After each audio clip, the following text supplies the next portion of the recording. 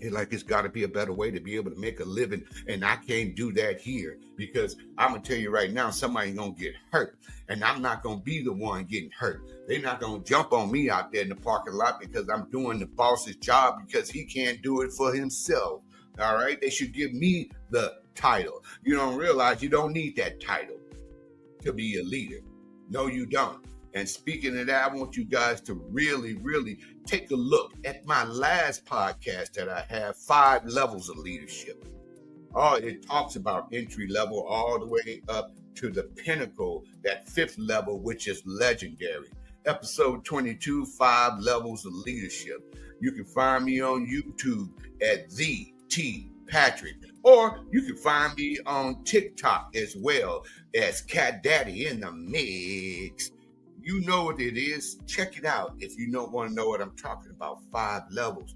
The good ones, they will lead because an associate has expectations. That's the long and the short of it. You are expected to follow the policies. And if you don't, well, who's supposed to tell you? It's the manager. And if they lack managerial courage, well, you don't want to hold nobody accountable, then it would be you. You need to be the one held accountable. You got to write that manager up. You got to write up that supervisor. I've had to do it because I'm not going to be the only one walking over the plant and the floor telling people what is right when you've grown and you know the rules. Rules don't work unless they're enforced, right? But you can't treat every violation the same. No.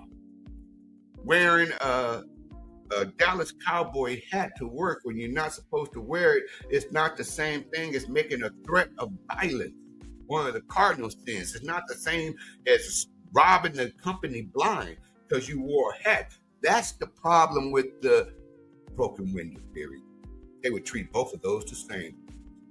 Yeah, I just caught you initiating a fight, and now you're over there throwing fisticuffs. You're jumping on one of your co-workers right there in front of us. I treat the person with the Dallas Cowboy hat the same.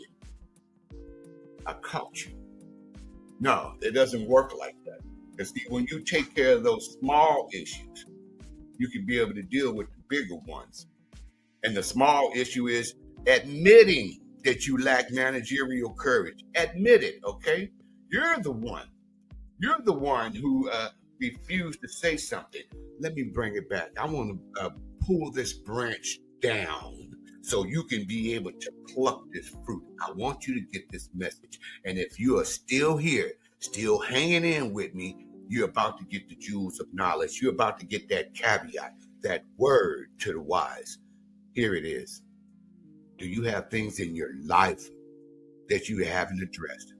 You know you need to have a conversation about it, and you procrastinated, and you didn't. And now it's turning bigger.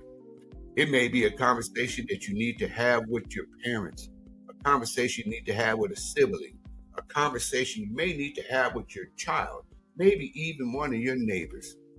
You haven't. Yeah, you let the little things go, that broken window, and it goes unrepaired. And what happens if something else comes along?